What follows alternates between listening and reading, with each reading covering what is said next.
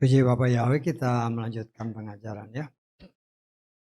Kita masih di kitab Keluaran pasal ke-25 ya. Kita akan baca ayat 31 sampai 33. Keluaran 25 ayat 31 sampai 33, kita baca bersama semua ayat ini sebagaimana tertulis di depan. Kita baca bersama 3, 4. Haruslah engkau membuat sebuah kaki pelita dari emas murni. Haruslah kaki pelita itu dibuat sebagai karya tempaan, alas tumpuannya dan tangkainya, kelopak-kelopaknya, kuntum-kuntumnya dan bunga-bunganya harus seiras dengannya. Dan haruslah 6 tangkai tersembul dari rusuk-rusuknya, 3 tangkai kaki pelita dari rusuk yang satu, dan 3 tangkai kaki pelita dari rusuknya yang kedua. Haruslah ada 3 kelopak seperti bunga badam pada tangkai yang satu dengan kuntum dan bunga. Dan ada 3 kelopak seperti bunga badam pada tangkai yang lain dengan kuntum dan bunga. Demikianlah untuk ke-6 tangkai yang menyembul dari kaki pelita itu. Amin. Silakan duduk, puji Bapak Yahweh. Kita mengucap syukur oleh kemurahan Tuhan ya. Kita terus belajar. Pengajaran ini memang saya coba ngikutin apa yang tertulis saja ya. Walaupun seharusnya ya dulu udah lama sih ya, udah lebih dari 10 tahun kita pernah belajar ini. Memang kita mulai dari pintu gerbang, satu-satu kita bahas. Tetapi memang bukan di dalam khotbah seperti ini ya, itu pengajaran khusus ya, selesai ibadah kita belajar. Sehingga kita tidak perlu mengikuti apa yang sudah tertulis. Nah, karena ini khotbah, jadi saya berusaha ya mengikuti apa yang tertulis saja. Sambil kita coba menggali sedikit demi sedikit. Karena susunan ini nantinya ada di akhir ya. Di akhir dari kitab Keluaran sekitar Keluaran 40-an. Nah, jadi saya mengharap saudara bisa belajar juga. Karena terus terang saya katakan ini dasar ya, dasar iman orang percaya. Sehingga dari semua ini kita bisa belajar banyak hal. Kalau saudara tanya sama orang Kristen, kenapa orang Kristen kalau ibadah itu harus nyanyi? Banyak yang nggak tahu ya, tapi itu tertulis di sini. Yang nanti akan kita masuk ke sana. Jadi saya harapkan karena ini merupakan basic iman orang percaya kepada Bapa Yahweh dalam Yeshua Mashiach. Walaupun kita mendapatkan pengajaran seperti ini, karena saya hanya mengikuti sebagaimana tertulis ya. Seharusnya kan kalau dulu ya udah lebih ya 10 tahun lebih ya. Hampir 15 tahun kali. Kita belajar mulai dari pintu gerbang, mesbah korban, terus pembasuhan, dan seterusnya. Memang karena pengajaran di luar khotbah, jadi agak beda. Dan kita bisa melihat juga dengan gambar-gambar yang ada. Ya, yang waktu itu masih ada. Dan ya kita coba, ya saya mencoba untuk, walaupun ini kita kan mulainya dari ruang kudus. Harusnya kan mulainya dari pintu gerbang. Tapi nggak masalah, kita seperti kemarin kan, walaupun kita berbicara tentang tabut perjanjian, tentang meja roti sajian, karena inti-intinya itu, pilar-pilarnya itu, tiang-tiangnya itu, kemarin kita belajar 4 tiang ya. Jadi kalau saudara, ini 4 tiang. 4 tiang ini, di antara 4 tiang ini ada tiga lubang kan. 1, 2, 3, itu gerbang. Yang saya menafsirkannya, ya orang boleh menafsirkan macam-macam. Itulah tubuh, roh, dan jiwa kita. Di mana empat tiang adalah Injil. Karena Injil ini kabar baik. Kabar baik dari Bapa Yahweh yang disampaikan kepada manusia. Agar manusia bisa selamat. Karena dosa leluhur, upahnya ya maut. Tetapi oleh kemurahan Tuhan ada kabar baik. Kalau kita melaksanakan apa yang Dia perintahkan, kita tidak akan masuk ke dalam penghukuman. Tapi kita akan hidup bersama dengan Dia. Ya, kita mengucap syukur kemarin sempat karena saya kan biasanya saya putar lagi apa yang saya khotbahkan. Karena saya juga melihat ada hal-hal ya banyak hal sebenarnya setelah saya dengar, oh iya, ya, kita masing-masing berbeda ya. Bagi saya ada hal-hal yang baru, saya juga kaget, oh iya ada sesuatu. Ya. Jadi di sini kita melihat, kita kemarin sudah berbicara sedikit tentang baptisan ya. Walaupun sebenarnya ini kan harusnya masuknya di kolam pembasuhan. Baptisan berdasarkan firman Tuhan ya, kita rewind sedikit karena memang ini basicnya ya, basicnya itu baptisan. Berdasarkan firman Tuhan kita lihat dalam Matius pasal 3 ayat ke-11. Sesungguhnya aku, Yohanes Pembaptis ya, membaptis kamu dalam air untuk pertobatan. Tetapi yang datang sesudah aku, Dia lebih berkuasa daripada aku, yang tentang Dia aku tidak layak untuk membawa kasutnya. Dia atau Yeshua akan membaptis kamu dalam Roh Kudus dan api. Ya.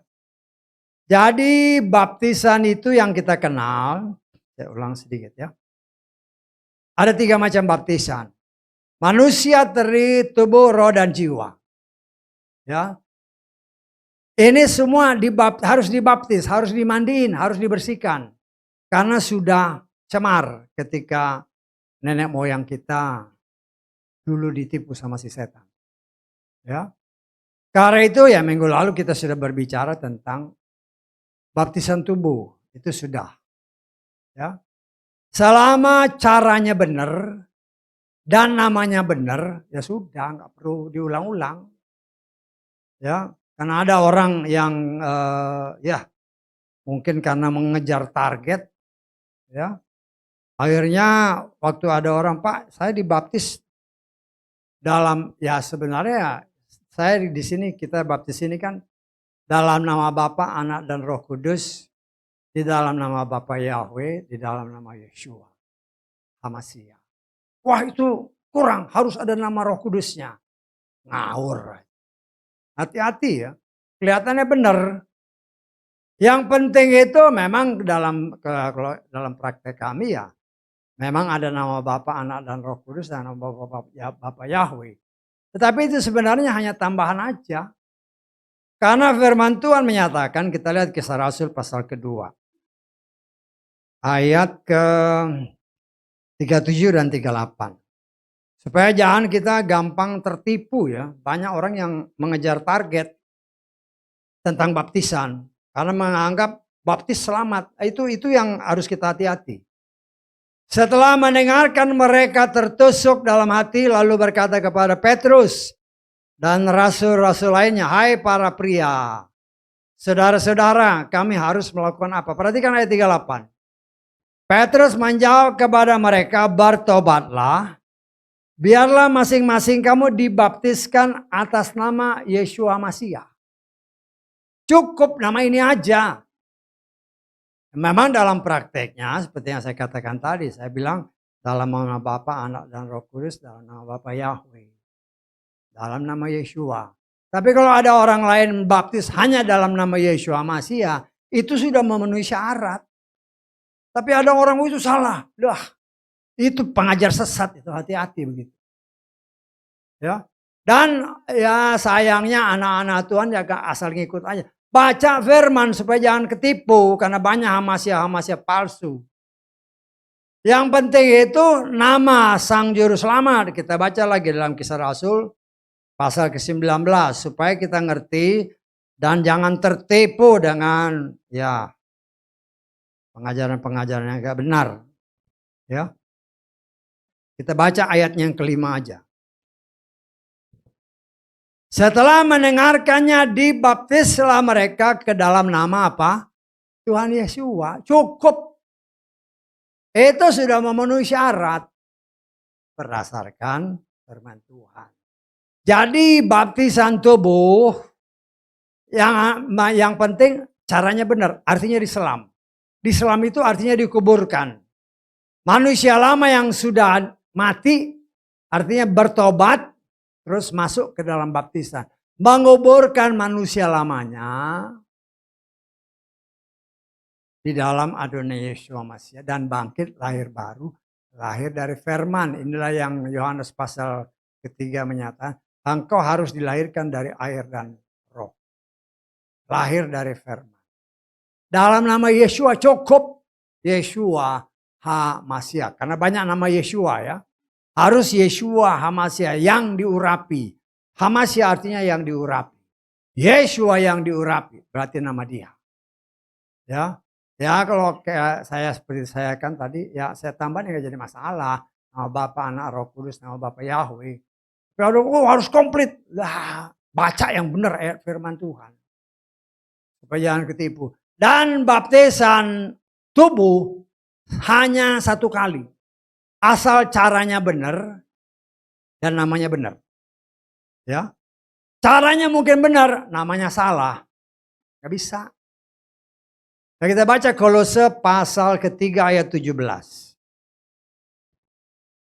Segala sesuatu apa saja yang dapat kamu lakukan dengan perkataan ataupun dengan perbuatan, lakukanlah semuanya dalam nama apa? Tuhan Yeshua. Sambil mengucap syukur kepada Elohim dan Bapa melalui dia. Nama itu yang penting. Ya. Semua harus dilakukan karena itu nama yang diurapi. Yeshua HaMasiah, Yeshua yang diurapi. Yeshua memang terdiri dari Ye dan Shua atau Yod Sin Waw Ais. Yod Sin Waw Ayin itu adalah Yahweh yang sedang bekerja menyelamatkan orang yang percaya kepadanya. Baptisan roh, baptisan air dilakukan oleh mereka yang memang diurapi ataupun mendapatkan tugas khusus dari Tuhan. Ya. Dan kita harus ingat ya, saya sebagai pelayan Tuhan harus berani mengatakan, tidak ada perempuan yang baptis. Tidak ada ayatnya perempuan membaptis. Jadi hati-hati. Ya. Kalau kau dibaptis sama perempuan ya koreksi diri. Karena perempuan itu tidak ada boleh baptis, nggak ada itu ayatnya. Ya, ya saya sih sebagai pelayan Tuhan harus berani mengatakan, nggak ada ayatnya firman Tuhan menyatakan bahwa perempuan itu membaptis, nggak ada ayatnya. Ya, jadi kalau ada orang yang kau di sini atau di luar sana, kau baptis dengan perempuan, wah ini perempuan diurapi. Jangan sampai Matius 7 menyatakan, Tuhan aku melakukan ini, Tuhan bilang kau pelaku kejahatan. Gak ada ayatnya yang menyatakan perempuan boleh baptis. Gak ada. Jadi saya ya walaupun mungkin banyak orang di luar, oh enak aja ya terserah itu urusanmu. Tapi saya harus berani menyatakan. Tidak ada tugas seorang perempuan. Bahkan perempuan dikatakan berdiam diri. Tidak ada di dalam bait suci itu. Imam, Lewi, perempuan tidak ada. Tidak ada. Ya nanti kan kita belajar sampai sana. Ya. Jadi kita pada akhir zaman ini semua sedang dipulihkan. Walaupun mereka, oh ini orang diurapi atau bukan. Jangan kau salah gunakan urapanmu. Ya, Ketaatan kepada firman itu harus tetap menjadi bagian daripada kehidupan yang harus kita jalani supaya selamat. Ya, ya saya ngerti mungkin banyak, oh enak aja ya itu urusan. Tapi kewajiban saya yang penting saya beritahu. Engkau mau ngotot ya silakan, nggak menjadi masalah. Baptisan roh itu hanya satu kali, yang lakukan hanya Yesus. Setelah kita masuk ke dalam baptisan yang benar, baptisan air, lahir dari firman, lahir dari air, keluar dari air, lahir dari firman, menggenapkan Yohanes pasal 3. Ya, seperti minggu lalu ada suara yang terdengar. Dalam alam roh, satu deklarasi sorgawi. Ini anakku yang kukasihi. Kepadanya aku berkenan. Karena anak, kita baca. Galatia pasal keempat ayat ke-6. Ya, kita harus ngerti kenapa segala sesuatu itu harus ada. Karena kamu anak. Tadi kan deklarasi dalam alam roh. Ini anakku yang kukasihi. Karena saudara dan saya anak, Elohim telah mengutus roh putranya ke dalam hatimu. Karena kita adalah anak, maka kita dimaterai, kata Efesus, ceplek. Ini anak. Ya, minggu lalu sudah kan, kita sudah sebagai anak, setan gak bisa jamah. Tapi minggu lalu diingatkan, setan ngaum-ngaum. Kau beri kesempatan, ya hati-hati jangan beri celah kepada setan. Baptisan air satu kali, asal caranya benar, namanya benar.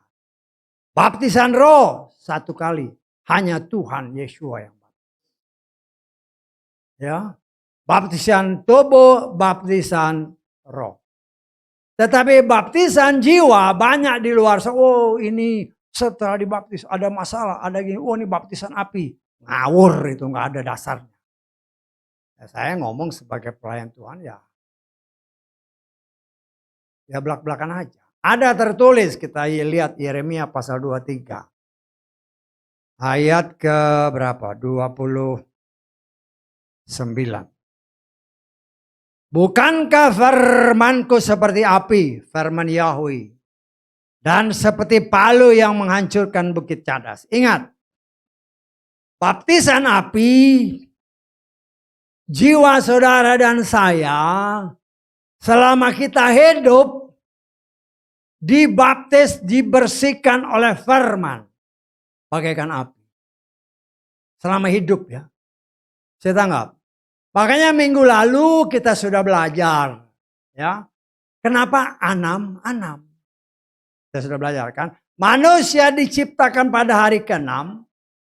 Dan umurnya berdasarkan firman Tuhan dalam kitab Kejadian. Rohku hanya 6 hari di dalam manusia. 6. Selama ini karena itu diberikan Tuhan bagi saudara dan saya. Itu merupakan satu nubuatan juga. 6 adalah 66 kitab. Yang saudara dan saya miliki sebagai rangkuman kitab suci. Di sana ada tanah, ada Torah, ada kitab para nabi, ada tulisan orang-orang kudus, ada tulisan para rasul. Ya. Itu 66 kitab yang harus menjadi makanan saudara dan saya sejak hari penciptaan sampai selesainya. Saya tanggap. Jadi 66 juga dikasih makan 66.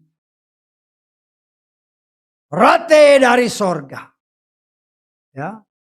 Roti dari sorga yaitu firman Tuhan.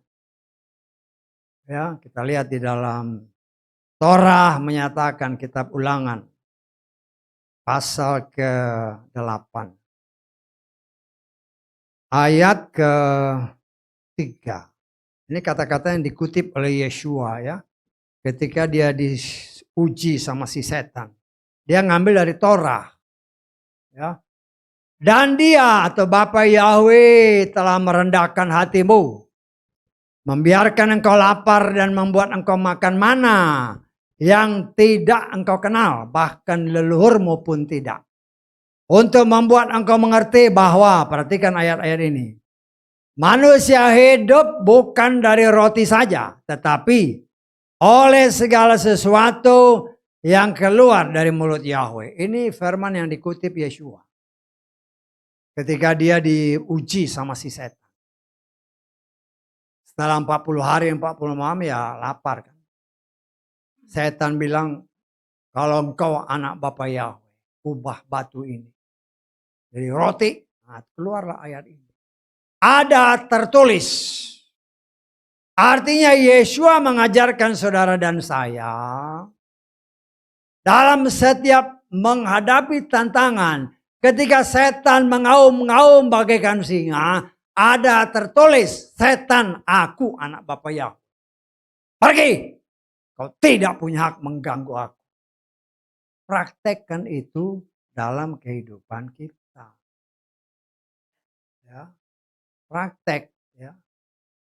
Sehingga dengan praktek iman tanpa perbuatan, mati.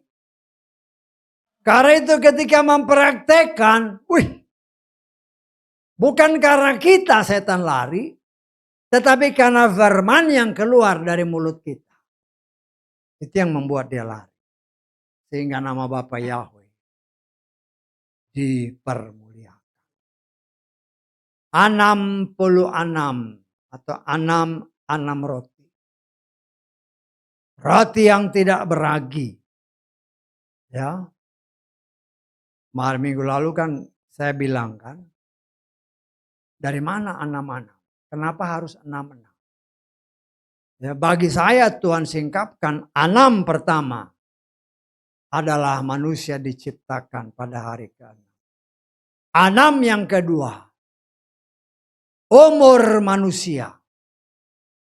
Ya, hanya 6 harinya Tuhan. Karena itu 6. Dan sepanjang hidup manusia, dia harus makan 6 roti. Sebagaimana yang tertulis di dalam 66 kitab. Yang kita kenal ya dalam kitab suci kita. Yang kita sebut perjanjian lama dan perjanjian baru yang masing-masing terdiri dari 39 kitab dan 27 kitab. Dan ya kalau kita masuk nanti di dalam apa yang tadi kita baca kan. Sungguh luar biasa. Itu semua merupakan nubuatan-nubuatan yang pada akhir zaman Tuhan mau bukakan kepada saudara. Dan saya sangat menganjurkan saudara. Kalau engkau belajar tentang tabernakel ini dengan sungguh-sungguh, maka engkau akan melihat banyak sekali rahasia-rahasia di sana. Saya memang tidak menguraikan sangat detail ya. Kalau dulu pengajaran agak beda. Kalau pemberitaan begini kan kita membatasi waktu. Sehingga ada hal seperti ada profil yang selebar telapak tangan. Kan ada di sini. Dalam meja roti. Kenapa? Semua itu ya tidak ya saya anggap nggak terlalu perlu lah. Walaupun itu ada. Tapi waktu dalam pengajaran memang itu semua dibeberkan. Supaya kita menjadi lebih mengerti. Karena segala sesuatu yang dibuat oleh Tuhan. Itu tidak ada sesuatu yang percuma. Semuanya mempunyai arti. Dan sebagaimana minggu lalu sudah disingkapkan. Meja roti sajian ini pun harus dipikul. Itu juga merupakan bagian daripada kuk yang harus saudara dan saya pikul. Artinya, di dalam menjalani kehidupan ini, Jangan lupa firman Tuhan. Karena yang kita pikul itu firman. Ya. 66 kitab roti yang tak beragi. Roti yang memang, ya kita sudah belajar tentang ragi kan. Begitu banyak ajaran-ajaran yang memakai ragi. Sehingga banyak orang yang, ya seperti yang tadi awal saya katakan. Tentang baptisan harus, itu ragi itu. Ya. Kita harus mengajarkan sesuatu yang benar. Walaupun dalam praktek, ya saya kan hanya memberitakan dalam nama Yesus Masya sudah cukup. Dalam prakteknya memang ya biasanya saya pakai nama Bapa, Anak, dan Roh Kudus. Nama Bapa Yahweh, nama Yeshua Masya. Tetapi dengan nama Yeshua Masya pun, karena itu tertulis, itu sudah cukup. Ya, jangan sampai kita tertipu. Karena banyak orang yang namanya pelayan-pelayan itu ngejar target. Wah harus dibaptis sekian tahun ini. Terus dengan iming-iming. Kamu kalau mau selamat harus dibaptis. Itu kelihatannya benar ya. Tetapi saya katakan itu sebagian daripada kebenaran. Karena saya dengar, waduh kamu harus dibaptis kalau mau selamat. Itu hati-hati dengan kata-kata itu. Karena contohnya ada. Contoh yang paling gampang itu si Yudas. Yudas itu sudah dibaptis. Apa dia selamat? Walaupun saya tidak katakan dia masuk neraka. Karena urusan sorga dan neraka itu urusan Tuhan. Ya. Nah, kita harus sangat hati-hati. Saya tidak akan pernah berani menyatakan harus dibaptis supaya selamat. Ingat, baptisan itu memang harus. Karena itu bagian daripada rencana penyelamatan Tuhan. Kalau kita setia kepada firman. Engkau dibaptis berulang-ulang. Engkau nggak setia sama firmannya. Loh bagaimana? Ada orang yang dibaptis sudah. Wah kurang. Kalau menurut Bapak ini kurang harus dibaptis. Ngawur. Ya. Kita harus berani mengambil satu sikap. Kalau kita sudah merasa aku sudah dibaptis dengan cara yang benar dan dengan nama yang benar. Cukup. Jangan nanti ada berkat kau pergi ke Israel. Oh di Sungai Yordan baptis, ikut lagi baptisan. Apa kau kira dibaptis di Sungai Yordan itu menjamin selamat? Gak ada ayatnya. Karena saya percaya Yudas pun dibaptis di sana. Betul nggak? Kira-kira ya, kira-kira Yudas itu juga dibaptis di Sungai Yordan. Tapi kan banyak orang Kristen, wah pergi ke sana, waduh baptis. Kenapa mereka lakukan? Karena mereka tidak mengerti arti baptisan itu sendiri. Hanya ikut-ikutan. Ya, kecuali kalau ada ayatnya yang menyatakan engkau harus dibaptis di Sungai Yordan supaya selamat. Terus saya akan berusaha ke sana. Kalau ada ayatnya seperti itu. Filipus ketika membaptis sida-sida. Itu dalam perjalanan bukan di Sungai Yordan. Paulus dibaptis di Damsyik sana. Jauh dari Yerusalem. Banyak ayat-ayatnya. Juga perwira yang ditemui oleh si Petrus berdasarkan perintah Tuhan dibaptis di daerah Yope jauh dari Sungai Yordan. Jangan sampai kita tertipu dengan memang kelihatannya kan bagus. Oh ini kan ke Israel sekali-sekalinya ayo baptis. Baptisan jadi main-main. Ya. Hati-hati ya. Kalau memang ada berkat kau ke Yesaya boleh aja. Kalau ada orang mau baptis jangan kau ikut-ikutan karena kau sudah dibaptis. Ya. Lihat aja. Oh ini penting nih lah. Itu omonganmu bukan kata firman Tuhan. Nah, kita sebagai anak-anak Tuhan harus mengerti dengan benar. Ya. Saudara dan saya, makanan kita itu roti yang tidak beragi. Kenapa? Karena seperti yang beberapa waktu yang lalu sudah diingatkan. Saudara dan saya adalah imam dan raja. Makanan seorang imam adalah roti yang tidak beragi. Roti yang tidak ditambah kurang. Ya, seperti contoh yang kemarin saya coba katakan kan. Ada 10 orang berderet begini. Dibisikin A sampai di belakang sana sudah Z. Itu dalam waktu ya paling beberapa menit. Tapi setiap pribadi ya udah nambah lagi macam-macam, akhirnya sampai di ujung sana udah beda. Lo apalagi firman Tuhan yang sudah ribuan tahun. Kita sudah belajar dari zaman Moses sampai Yeshua. Ya. Kita lihat kan dari zaman Abraham sampai Yeshua 2000 tahun. Abraham sampai Mose 500 tahun. Jadi Mose sampai Yeshua 1500 tahun. Yeshua sampai kita 2000 tahun. 3500 tahun. Hari yang sama beda berapa menit? Di sini di belakang sudah set. Ya termasuk yang tadi yang saya bilang dengan nama-nama harus begini, itu kan pikiranmu bukan seperti yang tertulis.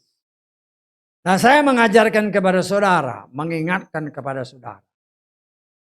Ya. Kalau itu tidak sesuai firman, jangan kau ikuti. Itulah ragi-ragi yang banyak masuk, pengajaran-pengajaran yang masuk. Sehingga Yesus sendiri berkata kepada orang-orang Israel, kamu lebih mentaati tradisimu daripada firman Tuhan. Ingat, ini masa pemulihan. Tuhan sedang bekerja dalam hidup saudara dan saya. Apa yang sesuatu yang tidak benar, itu harus kita berani nyatakan dan tanggalkan. Seperti kemarin kan umpamanya. Roti itu harus dibuat dari 2/10 bagian. Apa bagian itu? Bagian itu bisa rumah ini ya bagian. Lapangan bola bisa bagian. Kelihatannya sepele, tetapi itu sudah merubah firman. Hati-hati, kau yang menjadi penerjemah. Ya, kita mengucap syukur karena mereka punya keahlian. Tapi jangan dengan keahlianmu, kau menyesatkan umat. Gak ada ayatnya 2/10 bagian. Yang ada adalah 2/10 Eva. Tulis yang benar. Itu dalam kurun waktu yang boleh dikatakan bersamaan. ILT 1, 2, 3, 4. Bukannya tambah bagus, tambah ngawur. Karena itu kita harus membandingkannya dengan kitab suci yang lain. Yang diterjemahkan oleh orang lain. Dan ya dalam pengalaman kita melihat. Ya saya karena saya kan punya beberapa kitab suci. Biasanya kalau yang pakai bahasa Inggris. Itu lebih mendekati kebenaran. Dibandingkan apa yang diterjemahkan. ILT 1, 2, 3, 4, lugas dan segala macam. Dan kita harus tahu bahwa inilah masa pemurnian. Saudara dan saya pun diharapkan oleh Roh Kudus. Hati-hati. Ketika kita makan roti, makan firman, dikunyah baik-baik. Kalau ada batu kau telan ya repot. Patah gigimu. Karena roti tak beragi itu keras. Artinya Tuhan mengajarkan kepada saudara dan saya. Sebagai calon-calon imam. Dikunyah baik-baik. Dikunyah baik-baik. Ya. Sebagai imam, sebagai raja yang akan menghakimi. Kalau tidak kita berpatokan kepada firman Tuhan. Bisa-bisa kau salah menghakimi.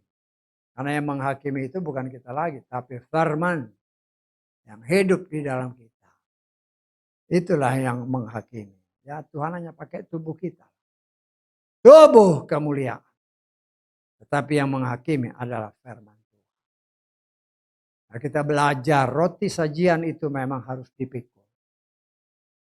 Artinya firman Tuhan, saudara dan saya harus pikul.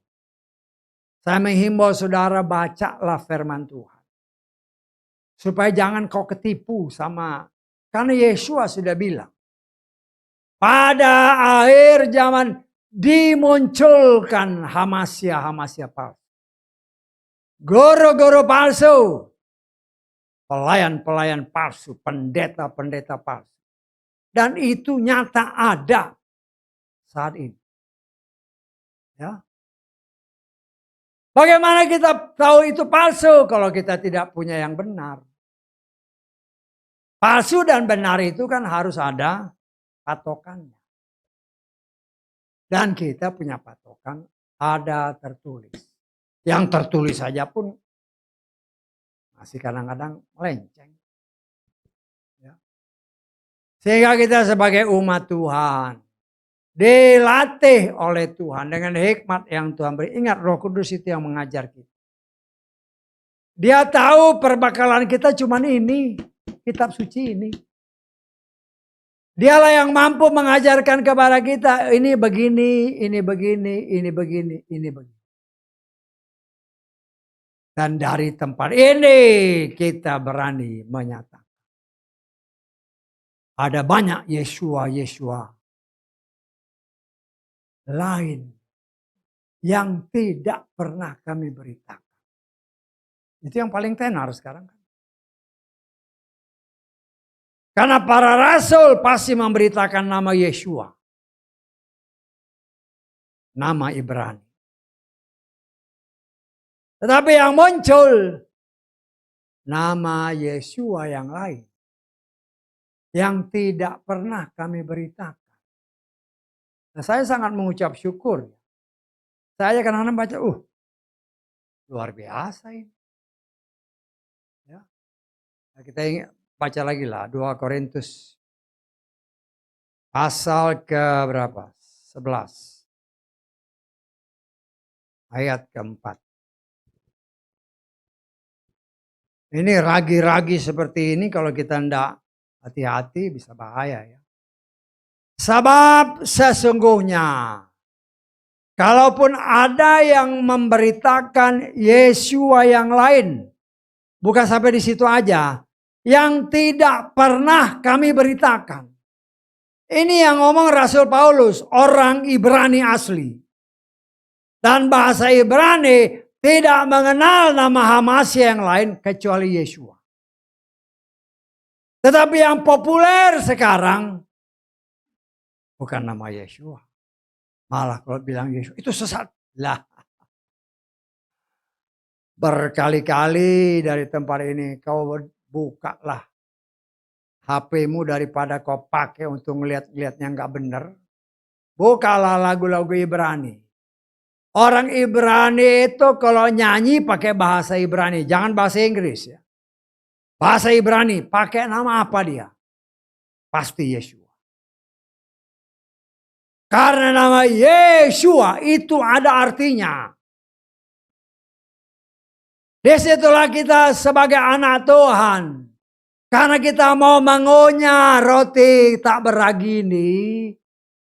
Sehingga kita menerima pembukaan-pembukaan bahwa apa yang dikatakan dalam Yesaya 43 ayat 11. Coba kita lihat. Itu tidak berubah. Akulah Yahweh. Dan tidak ada juru selamat selain aku. Perhatikan ini. Ini yang kita kenal ada di perjanjian lama. Coba tanya orang Kristen sekarang. Siapa nama juru selamat? Nama Yahweh tidak boleh berubah. Tidak ada juru selamat yang lain kecuali Yahweh. Terus bagaimana kita? Disitulah Tuhan buka. Yadsen wawain Yeshua. Yahweh Shua. Yahweh yang menyelamatkan. Jadi tidak ada perubahan. Tapi kan kalau kau tanya sama orang-orang yang menamakan dia orang Kristen. Oh namanya, nama Yesua yang lain. Karena mereka tidak sadar dalam 2 Korintus pasal ke-11 tadi. Saya pernah dengar khotbah seorang pelayan Tuhan. Yesuanya orang Katolik, Yesuanya orang karismatik, Yesuanya gereja-gereja konvensional, itu beda. Dia ngambil ayat itu tadi dari 2 Korintus itu. Kasihan amat. Kasihan amat. Tetapi setelah kita semakin disingkapkan. Ada orang yang punya mata. Tapi nggak lihat. Ada orang yang punya telinga. Tapi nggak dengar. Dan itulah yang terjadi sampai saat ini. Kenapa? Karena yang mereka ikuti adalah roh Nikolaus. Apa kata atasan? Bukan kata atasan yang di atas sekali. Tapi apa kata organisasi. Roh Nikolaus yang menguasai gereja di dunia. Kalau kau beritakan firman, harus yang ini. Kan ada beberapa gereja yang seperti itu. Yang satu merek, satu label. Pokoknya minggu ini, semua harus ini. Sudah. Yang namanya pelayan Tuhan, tinggal bacain aja. Karena ini sudah diturunkan dari atas. Dan itulah yang terjadi. Dan saudaraku yang dikasih oleh Bapa Yahweh. Kita kalau mau makan roti yang tidak beragi. Roti yang tidak dicampur dengan tradisi. Tidak dicampur dengan roh Nikolaus. Ya, maksud saya pernah katakan roh Nikolaus itu apa ya? Nikolaus, Nikau. Ya, Laos. Artinya menaklukkan manusia. Atau menaklukkan gereja. Ya, kita baca di dalam kitab Wahyu. Pasal ke-2 ayat ke-6. Namun engkau memiliki hal ini bahwa engkau membenci perbuatan-perbuatan para pengikut Nikolaus yang juga aku benci. Banyak orang yang menafsirkan ini karena Nikolaus ini berdasarkan banyak tafsiran orang di luar sana adalah salah seorang dari pembantu-pembantu para rasul untuk menopang pelayanan diakonia mereka. Kita baca di dalam Kisah Rasul pasal ke-6 ayat ke-5.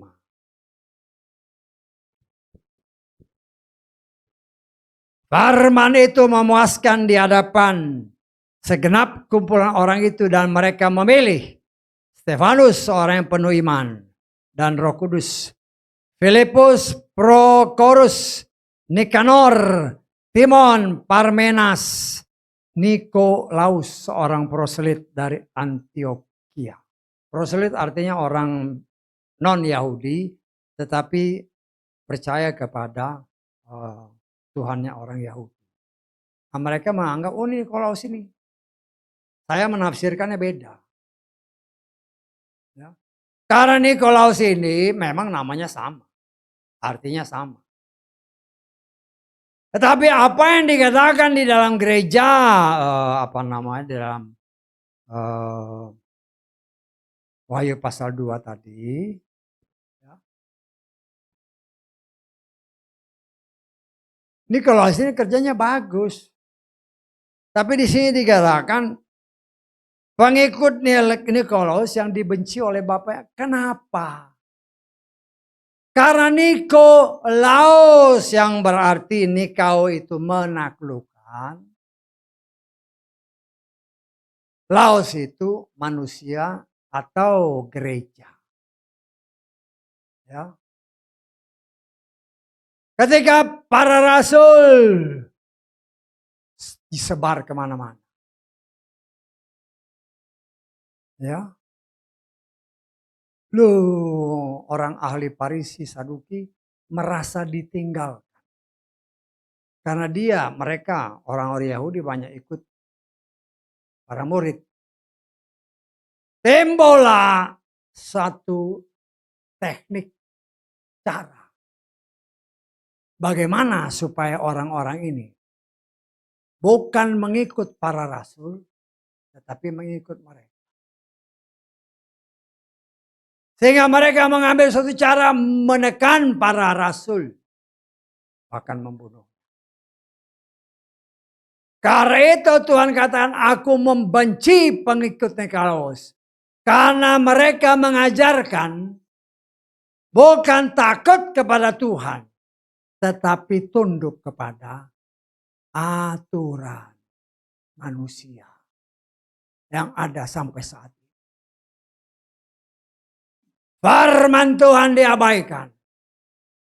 Tetapi apa yang diatur oleh pimpinan gereja, para pemimpin, para kepala sinode.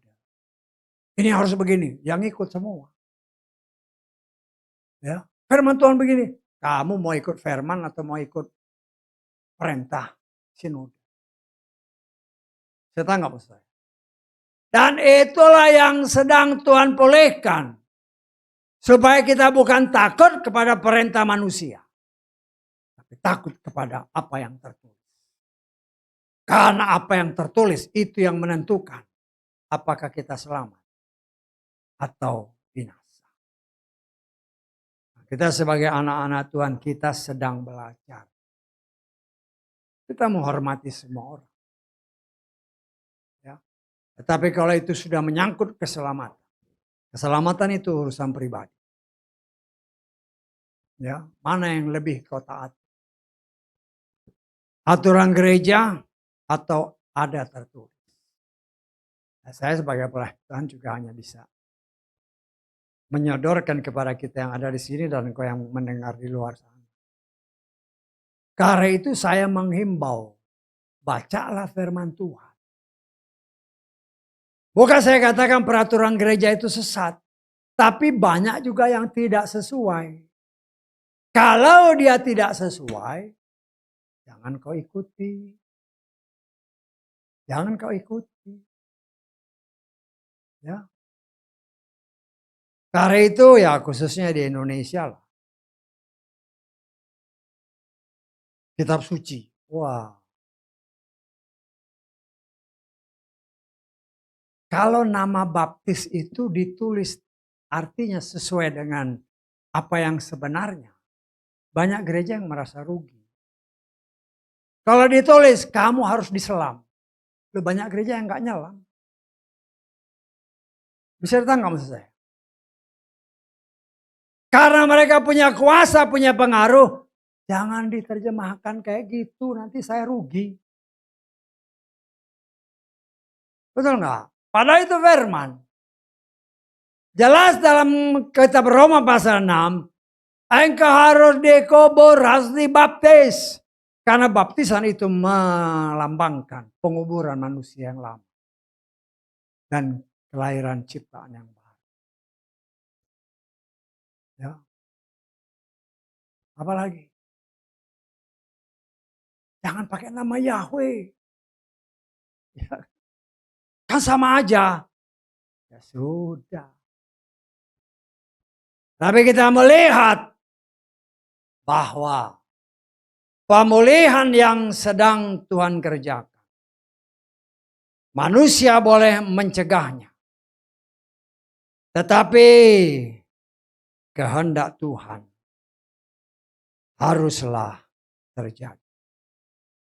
Kalau Tuhan sudah menetapkan pemulihan demi pemulihan,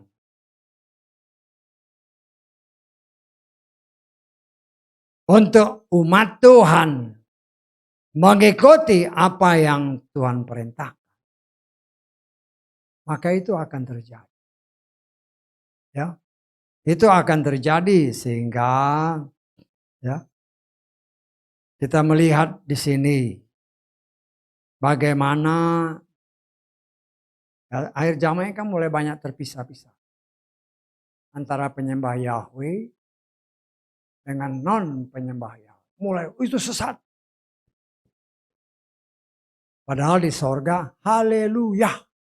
Sayangnya sesat-sesat, tapi haleluya jalan terus. Kan kasihan. Diajarkan kepada jemaat-jemaat yang tidak punya kerinduan untuk menggali firman. Akhirnya pengetahuan palsu sebagaimana tertulis. Kita lihat dalam 1 Timotius pasal ke-6 ayat 20 dan 21. Timotius, hai Timotius, jagalah apa yang telah dipercayakan, seraya menghindari percakapan-percakapan kosong yang duniawi. Pertentangan-pertentangan, perhatikan. Mengenai pengetahuan yang tergolong palsu. Yang karena mengakuinya, beberapa orang telah menyimpang dari iman. Ya. Saya baca terjemahan Lukas. Ya. Hai Timotius, jagalah apa yang telah dipercayakan kepadamu. Hindarilah percakapan kosong yang bersifat duniawi dan perdebatan mengenai pengetahuan palsu yang oleh beberapa orang diakui sebagai kebenaran sehingga mereka menyimpang dari iman. Nama Yahweh itu sesat. Nama ini yang benar. Pengetahuan palsu dianggap sebagai kebenaran. Membuat orang melenceng. Itu terjadi, itu sudah dinubuatkan ribuan tahun yang lalu. Tetapi Tuhan tidak mungkin rencananya gagal. Katakanlah di Indonesia, dari sekian banyak bangsa Indonesia. Ada orang, ya saya tidak berbicara hanya orang Kristen. Atau yang menamakan diri orang Kristen. Dari non-Kristen pun ada orang pilihan. Tuhan punya cara untuk menarik mereka dengan caranya. Itulah yang kita tahu saat ini. Raja Wali sedang terbang. Dia mengeluarkan suaranya, berita Injil diberitakan. Anak-anak Raja Wali yang ada di bawah kepak sayap ayam. Dia mendengar suara Raja Wali. Dia akan keluar dari kepak. Dia akan mengikuti suara Raja Wali. Dan itulah yang saat ini sedang terjadi. Kita sebagai orang pilihan Tuhan. Memang makan roti yang tak beragi itu. Ya. Kita harus kunyah baik-baik. Kita nikmati. Kan kalau kita makan kan kita nikmati. Sampai dia halus. Baru ditelan, baru dipraktekin. Dan itulah yang Tuhan mau. Sejak manusia diciptakan. Sampai berakhirnya manusia. Hanya 66 kitab. Yang menjadi bagian khususnya gerejanya. Khusus gerejanya, karena gereja dilambangkan dengan, kalau kita mulai memasuki ke dalam kaki diam. Ya. Di situ juga merupakan nubuatan-nubuatan. Di mana kaki diam, kalau kita lihat ini kan, kita belajar di sinilah. Ya. Ada 3 yang keluar dari sebelah sini, 3 yang keluar dari sana. Walaupun gambarnya ini nggak benar ya. Tetapi berdasarkan firman Tuhan, kita lihat di dalam kitab Keluaran tadi, ya. Pada setiap cabang harus terdapat 3 kelopak. Cabang ini, cabang ini, cabang ini. Ada 3 kelopak. Ya, 3 set. satu set bunga, itu terdiri dari kuntumnya, kemudian ada kelopaknya, ya, dan ada bunganya. Satu set ya. Satu set itu ada 3. Dan setiap ini ada 3 set. Berarti 3 kali 3. Bisa tangkap nggak? Nggak ada kembang sih. Kayak gini lah. Ini ada kelopaknya, ada bunganya, ada kuntumnya. Satu set ya. Satu set ada 3. Dan satu batang ini ada 3 set. Satu set ada 3 kali 3. 3 kali 3, 9. Bagian daripada bunga badam. Ya. Itu ada pada 3 batang ini, 3 batang ini, 3 batang ini. Jadi 9 dikali 1, 2, 3, 4, 5, 6. 9 kali 6. Ada 54 bagian bunga badam. Tetapi batang yang di tengah ini, 1 di sini, ada 4 ya. 1 di sini, 1 di atas. 1 di sini, 1 di sini, 1 di sini. Jadi di batangnya ada 4. 4 set. 4 kali 3. Berapa? 12 ditambah 54. 66 bagian bunga badam.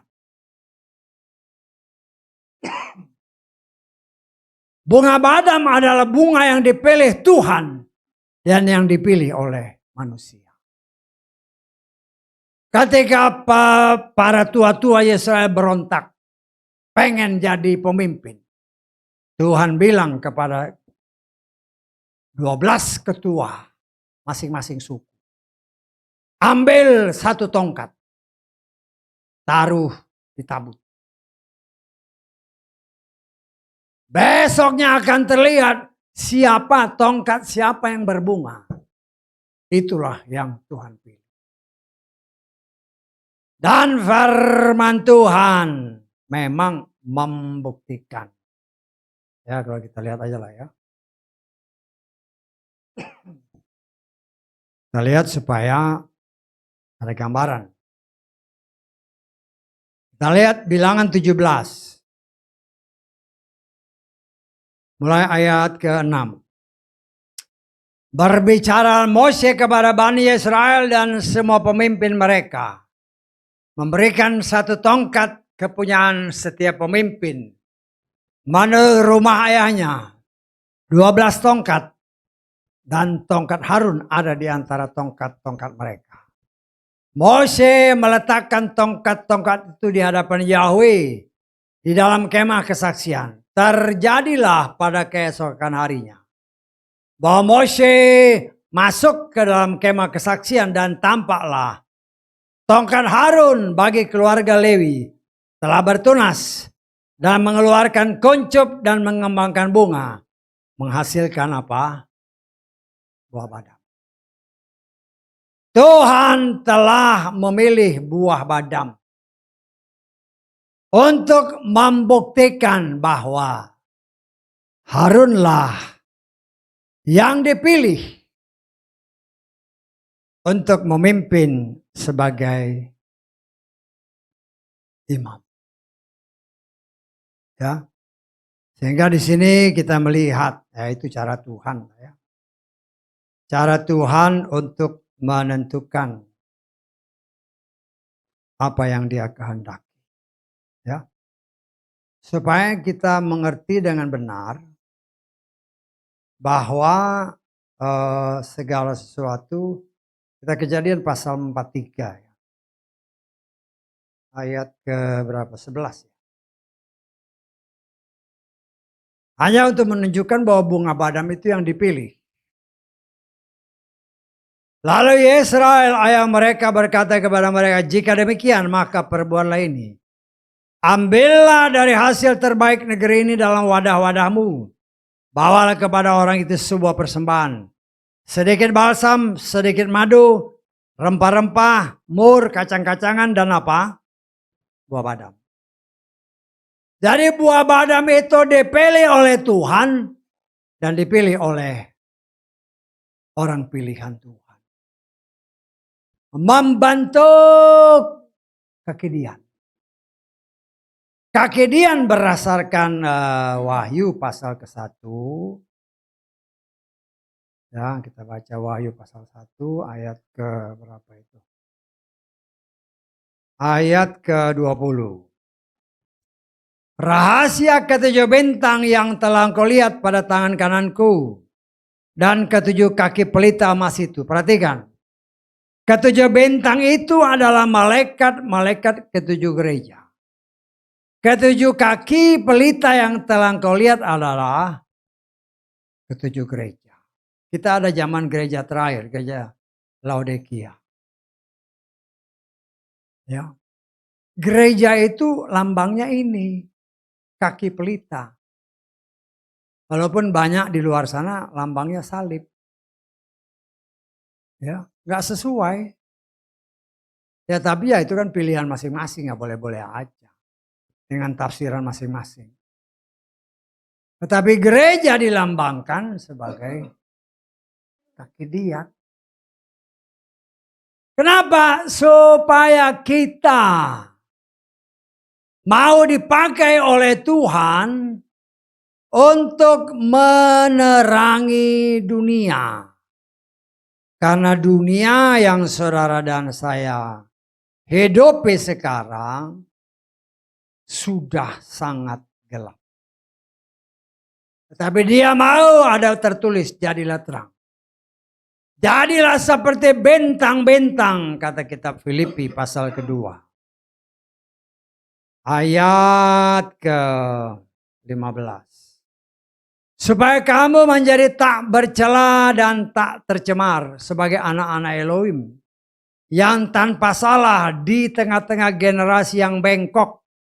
Dan yang telah disesatkan. Yang di antara mereka kamu dibuat apa? Bersinar bagaikan cahaya-cahaya di dunia. Terjemahan ILT ya, saya baca terjemahan Lugas. Ya. Supaya kamu tidak bernoda dan tidak cemar sebagai anak-anak Elohim. Yang tidak bercela di tengah-tengah generasi yang bengkok dan sesat ini. Sehingga kamu dapat bercahaya di antara mereka seperti bintang-bintang di dunia. Ya memang bercahaya. Coba kita bahasa Inggrisnya coba. That ye may be blameless and harmless. The sons of God without rebuke in the midst of a crooked and perverse nation among whom ye shine as light in the world. Engkau mengeluarkan sinar di tengah dunia. Ketiga terjemahan beda-beda semua. Tapi intinya menjadi terang. Menjadi terang. Ingat ya. Gereja itu hanya tempatnya. Bisa tanggap? Kaki dianya doang. Bukan lampunya. Bisa tanggap? Dan Tuhan menghendaki saudara dan saya mau menjadi alat untuk ditempatkan. Ya, sebagaimana apa yang tadi kita baca, kita lihat ya. Ayat ke-37 dari Keluaran 25. Haruslah engkau membuat 7 pelita. Dan seseorang harus membuat pelita-pelitanya menyala. Dan membuatnya bercahaya ke ruang depannya. Sumber terang hanya Bapa Yahweh. Tuhan mau saudara dan saya menjadi alat untuk dipakai Tuhan menerangi dunia. Bisa tanggap? Sebagaimana Filipi tadi kan. Supaya kita mengeluarkan cahaya. Kalau kita hidup tak bercacat celah. Ya. Kalau kita hidup bercacat celah, bagaimana mengeluarkan terang? Nggak bisa. Ya. Kita melihat di sini sangat luar biasa. Karena 66 yang tadi kita sudah coba-coba hitung. 54 tambah berapa? Tambah 12 tadi. 66 bagian daripada bunga badam. Itu merupakan tonggak daripada gereja. Gereja hanya bisa dapat berdiri teguh kalau dia benar-benar hidup mengandalkan 66 kitab firman Tuhan. Gereja ya. Saya tidak berbicara sinagog. Sinagog itu ya bangsa Yahudi. Karena ini kan jelas, gereja bukan sinagog. Atau yang kita sudah tahu gereja berasal dari kata Portugis, igreja. Tetapi dalam bahasa Yunani, eklesia. Dipanggil keluar dari tengah dunia yang gelap. Untuk kita bisa dirubah oleh Tuhan, kita ini harus dikeluarkan dahulu dari gelap. Dipanggil keluar dari dalam gelap, baru dibentuk. Ya. Karena banyak pengajaran-pengajaran kan, oh diajar dulu baru dibaptis, ya nggak bisa. Kita lihat di dalam 1 Petrus pasal 2. Ayat ke-9. Namun kamulah bangsa yang terpilih, imamat yang rajani, bangsa yang kudus, umat dalam pemeliharaan, supaya kamu memberitakan kebajikan Dia yang telah apa? Memanggil kamu keluar dari dalam kegelapan ke dalam terangnya yang menakjubkan. Kalau kita tidak dipanggil keluar, nggak bisa jadi terang. Karena itu di dalam apa namanya? Ya memang dalam kita sudah belajar igreja, asal kata daripada gereja itu bahasa Portugis. Tapi kalau dalam bahasa Yunani itu mungkin lebih tepat eklesia. Ya. Ek itu artinya keluar, kaleo artinya memanggil. Dipanggil keluar dari dalam kegelapan. Ada tertulis dalam 1 Yohanes. Dunia dikuasai oleh si jahat. Karena itu Raja Wali yang berkeliling memanggil anaknya. Yang ada di bawah kapak ayam-ayam. Supaya dia keluar dari kelompoknya. Kemudian setelah dipanggil keluar, baru bisa dibentuk. Namanya tadinya di tempat gelap, begitu ditarik ke tempat terang, kelihatan kotorannya. Kotorannya inilah yang dibersihkan oleh firman Tuhan. Tetapi karena dia adalah emas yang murni, yang diambil dari dunia yang gelap, dia emas murni. Tetapi mungkin dia dibungkus dengan batu. Dibungkus dengan lumpur karena pengaruh dunia. Karena itu perlu, ya kalau dia batu kan, batu nih, di dalamnya emas murni. Emas itu tidak akan berubah dengan atau terpengaruh karena di luarnya. Kalau dia emas di dalam batu, karena Tuhan tahu ada miliknya di sana, maka dia pakai palu godam, Yeremia tadi, plang, supaya pecah, baru nongol emasnya. Emasnya tercemar, dibakar, bang, supaya jadi murni. Emas itu dimurnikan dengan cara dibakar. Ya, semua logam yang kita kenal, kalau mau dimurnikan, pasti dibakar. Ya, dibakar dengan api.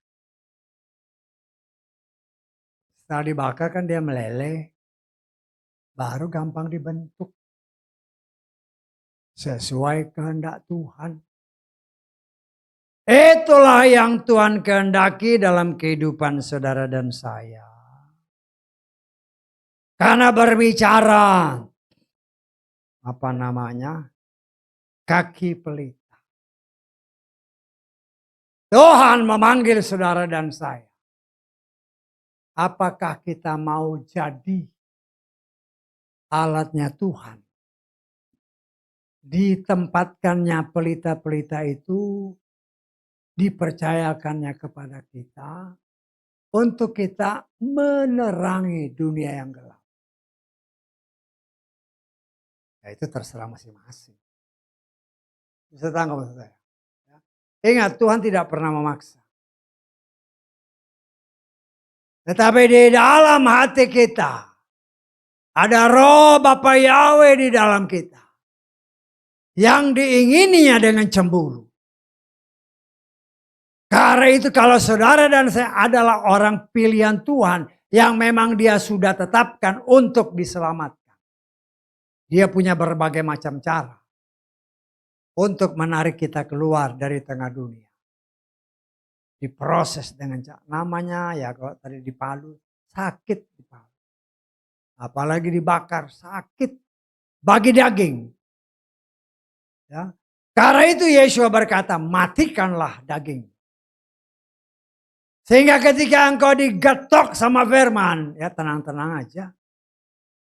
Ketika engkau dibakar oleh firman, ya tenang-tenang aja. Karena dagingnya sudah dimatikan. Dan membiarkan dia membantu kita sesuai dengan rencananya. Dia kepala. Kita mau dijadiin apa? Jadiin tangan, jadikan jari, jadikan apa? Ya kita nggak tahu. Terserah Tuhan. Tetapi satu hal yang harus kita ingat. Rencana Tuhan tidak mungkin gagal bagi setiap pribadi kita. Ya. Tetapi kasih Tuhan, dia tidak pernah memaksa. Dia panggil semua orang. Banyak yang dipanggil. Tetapi setelah proses, sedikit yang terpilih. Nah, itu yang terjadi banyak. Dipanggil, percaya Bapak Yahweh, percaya. Percaya Yeshua, percaya. Dengan berjalannya waktu, oh sama aja kok. Nah, enteng. Sama aja kok. Dengan nama-nama yang lain. Nama yang tidak pernah kami beritakan, kata Korintus. Karena firman Tuhan berkata, keselamatan itu hanya ada pada satu nama. Kan dalam Kisah Rasul pasal ke-14. Kita baca aja.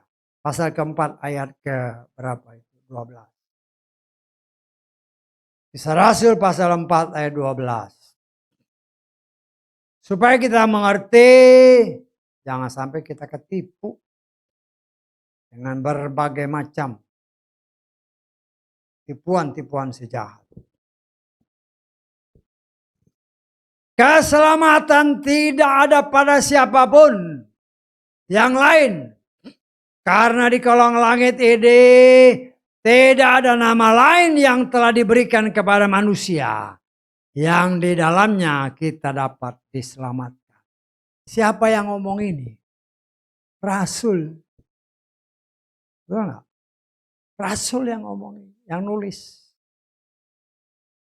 Dan Rasul tidak pernah memberitakan nama yang lain kecuali Yeshua.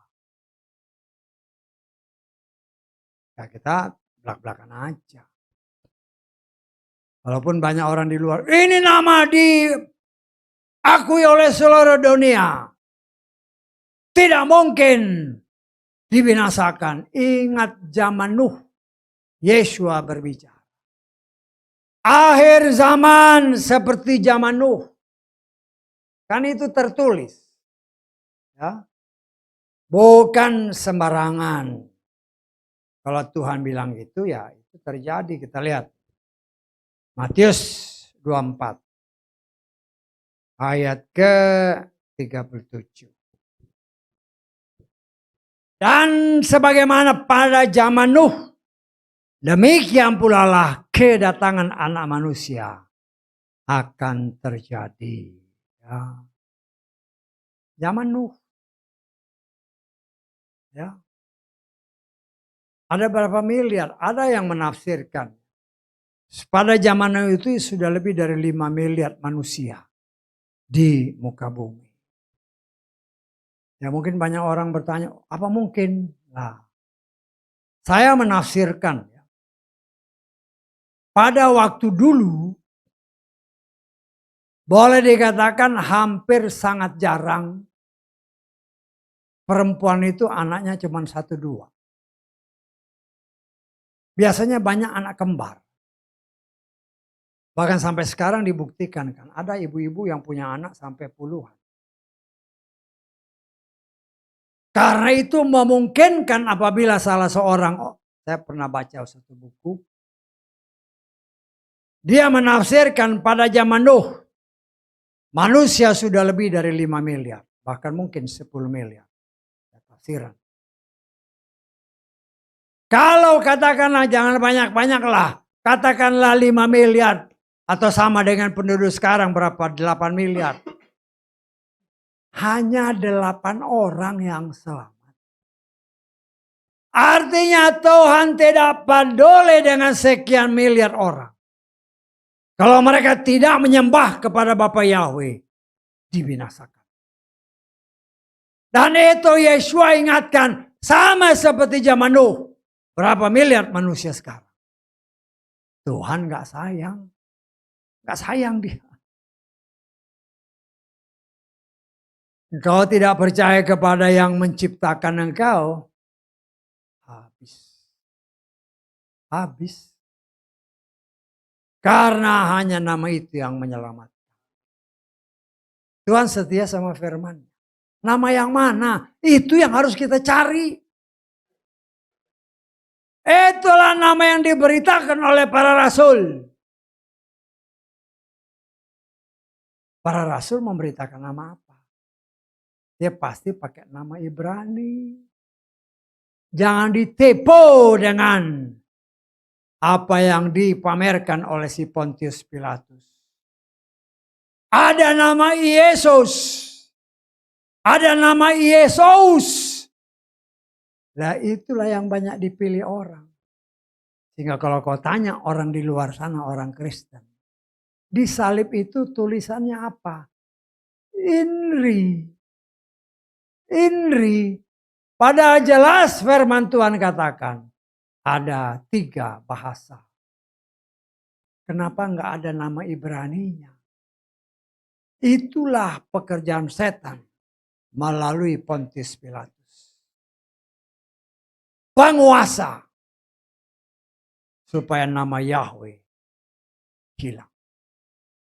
Karena dia mau semua manusia binasa bersama dengan dia. Karena itu saudaraku yang dikasih oleh Bapa Yahweh. Tuhan sedang membentuk gerejanya, saudara dan saya. Ini kan emas tempaan. Dibakar di tempat. Kan kalau saudara baca ayat-ayat selanjutnya dari Keluaran 25 tadi. Semua ini emas tempaan. Ya. Total beratnya kurang lebih 34 kilogram. 34 kilo. Dipalu, dibentuk, dipelintir. Loh, saudara bayangin kalau membentuk kelopak itu gimana? Membentuk bunga gimana? Tuhan memberikan hikmatnya bagi si Besaleel dan Aholiab. Mereka mampu membuatnya. Sehingga indah. Di mata Tuhan dan di mata manusia. Pasti indah. Tetapi untuk mengerjakan itu. menjadi gereja, menjadi kaki pelita, dibutuhkan pengorbanan dari saudara dan saya yang merupakan bagian daripada kaki pelita. Mau dibakar, mau dipuntir, mau diketok, mau dibentuk dengan cara Tuhan. Sehingga kita karena mau pasrah, Tuhan mau memakai saudara dan saya untuk menerangi dunia yang saat ini dikuasai oleh si jahat. Waktunya sudah tidak lama lagi. Karena Tuhan pun bekerja dengan sangat luar biasa. Dan bagaimana kita? Apakah kita siap? Ya itu tergantung masing-masing. Saya sebagai pelayan Tuhan hanya mengimbau, mari siapkan diri kita masing-masing. Karena Tuhan sedang membentuk saudara dan saya untuk menjadi alatnya, menerangi dunia yang gelap. Sehingga banyak umat manusia. Karena kita yang mau dibentuk, mereka bisa ditarik dari dalam kegelapan, memperoleh kasih karunia keselamatan dari Bapa Yahweh. Haleluya, amin. Mari kita bangkit berdiri.